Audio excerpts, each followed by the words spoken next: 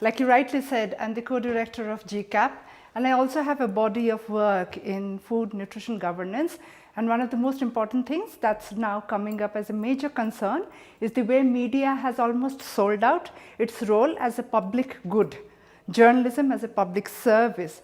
So what are the main things that GCAP is interested in as an anti-poverty, pro-social justice campaign, both in Asia and globally, is we're talking about the largest continent which also had a stellar economic growth, but also the continent which spends the least in social protection, does not take care of its people. Also the continent where we have almost a rainbow governance system. While South Asia has a lot of political movements, Southeast Asia has had a series of repressive black laws which are not just pushing back freedom of speech, but citizenship rights, freedom of mobilization, freedom of association, and labor protection as a reality is almost on a pushback across Asia.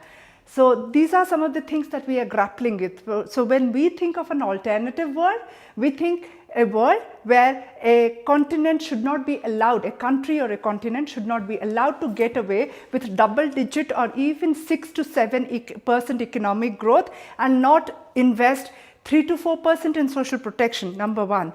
We are thinking of a world where there's a movement where labor rights and dignity of labor is again reclaiming the public space. We're thinking of a world where sunshine laws, transparency laws, disclosure policies, people's voices, citizens' voices are part of the mainstream discourse rather than alternative or downstream discourse, and whistleblowers, media, especially public-spirited media, are not penalized and prosecuted, but celebrated and also absolutely influence the kind of discourse that from subnational, national, continental to the global conversation that we should be having. That's what GCAP is interested in. That's the sort of commitment and body of work that all the Asian coalitions, the national coalitions and the continental coalitions are bringing in, and that's the sort of commitment and the body of work that I come with in the last 20 plus years. So we're really hoping that when we talk about Action 2015, I'll take a pause over here in case you want me to think through the Action 2015 and you have something more to ask. And yeah, is there anything else, or do you want me to continue? I think you can continue on this Action 2015 because you did very well the transition. So okay. Go on and we just get that part. Okay. So because I really wanted it to be a conversation, but just went on and on. That's a conversation. Yeah. So in terms of Action 2015, what we think it's a moment for bringing street and street politics back into the boardroom, challenging the shrouded secrecy of negotiation processes.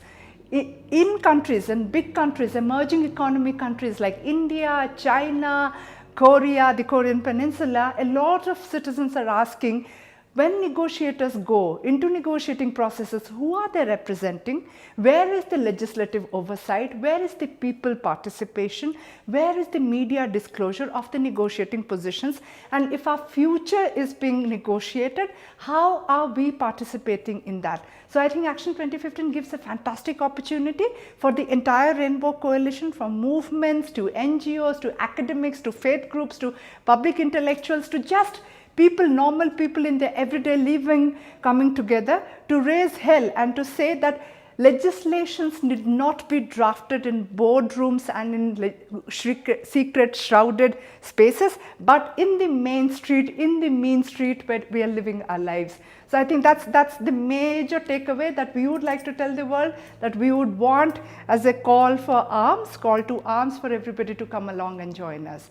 And we also truly believe that this is I keep saying this, the interest of the farming community, small and marginal farmers, is the same across Asia, Europe, Latin America, North America, Western Europe and Australia and Africa. The landholding sizes might differ, but their marginalization and their being pushed down in the agrarian agenda is a meta-narrative that cuts across geographical postcodes, which is why we should now stop talking about artificial barriers and artificial enemies and create new alliances, new roles and new rules to take on the game. So we are talking about 2014, which is the UN Year of International Family Farmers. It is ironic and grotesque that still 70% of the food which is produced in the world is by small and marginal farmers and family farmers.